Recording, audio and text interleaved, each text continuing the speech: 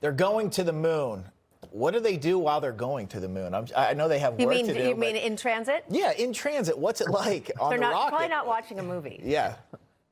Oh, they might be before bed, but they're going to be testing systems, right? They've got an exercise machine. They've got a toilet to test. They've got a food system prep area to test. So they've got a lot to do to keep them busy. They're going to each exercise during that time frame to make sure that they're staying fit. So there are little things, and they'll be taking photos with their new iPhones and all sorts of stuff. So they'll be plenty busy, and they'll also be looking out the window and seeing the Earth get smaller and the moon get bigger. Wow. But they could watch a movie there. Yeah, they could. They could. All right, we gotta go, Clayton. Real quick though, how long does it take? How long is that trip? They'll be out about 10 days, is my understanding, and then back on Earth. But to actually get to the moon, they'll have how much time? Oh, about 3. Okay. All right. 3 transits. So they've got some time. All right. The whole world will be watching. That's right. Okay. Clayton Anderson, sir, a pleasure. Stop back soon.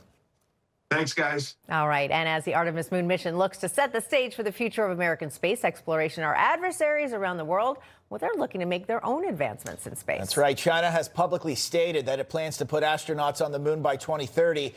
Just months after NASA is planning to do the same, and it might not be as innocent as it sounds. A November 2025 report from the U.S.-China Economic and Security Review Commission says, quote, China has embarked on a whole-of-government strategy to become the world's preeminent space power. Beijing views space as a war-fighting domain, and it seeks to achieve space superiority as a cornerstone of its broader effort to establish information dominance, a prerequisite to controlling the battle space and gaining operational advantage in the future. So is a new space race on the horizon, or has it already begun, actually? Joining us now to talk about it, national security correspondent at the Washington Times and author of Deceiving the Sky, Inside Communist China's Drive for Global Supremacy, Bill Gertz, along with retired lieutenant colonel in the U.S. Army and senior geopolitical strategist Darin Gaub.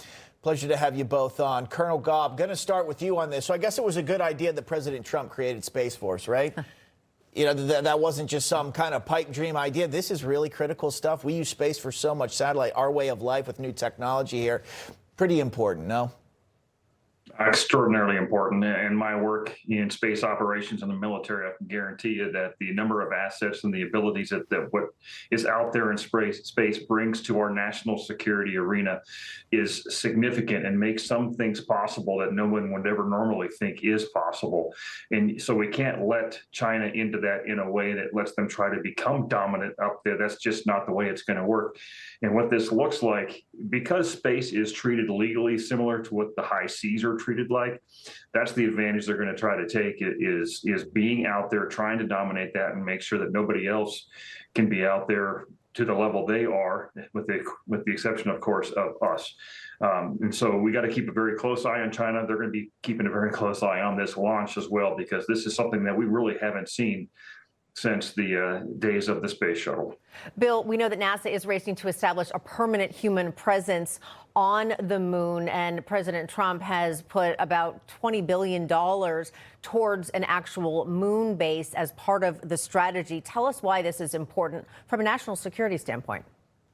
Well, first of all, yeah, correctly, we are in another space race, and I would say we're also in a Cold War. And of course, one of the big features of the first Cold War was the competition between the Soviet Union and the U.S.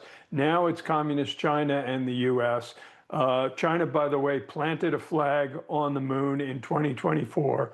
And they've also announced plans to do a joint base on the moon with Russia sometime in the future. And as you said earlier, they want to put somebody on there in 2030. Back in 2021, I reported in the Washington Times that NASA and the Space Force issued a memorandum of understanding on the protection of what they call cislunar space. That's the area between the Earth geosynchronous orbit and the moon, which is 272,000 miles away. And they've got to be able to protect that area to prevent adversaries like China and Russia from dominating it. And from China's viewpoint, control of that space is critical for China's drive for global supremacy. They want to dominate the Earth, and they want to be able to do that with the help of space. Yeah, got to have space to do it now. Bill, Darin, got to leave it there. We appreciate you coming on. Thank you. Thanks.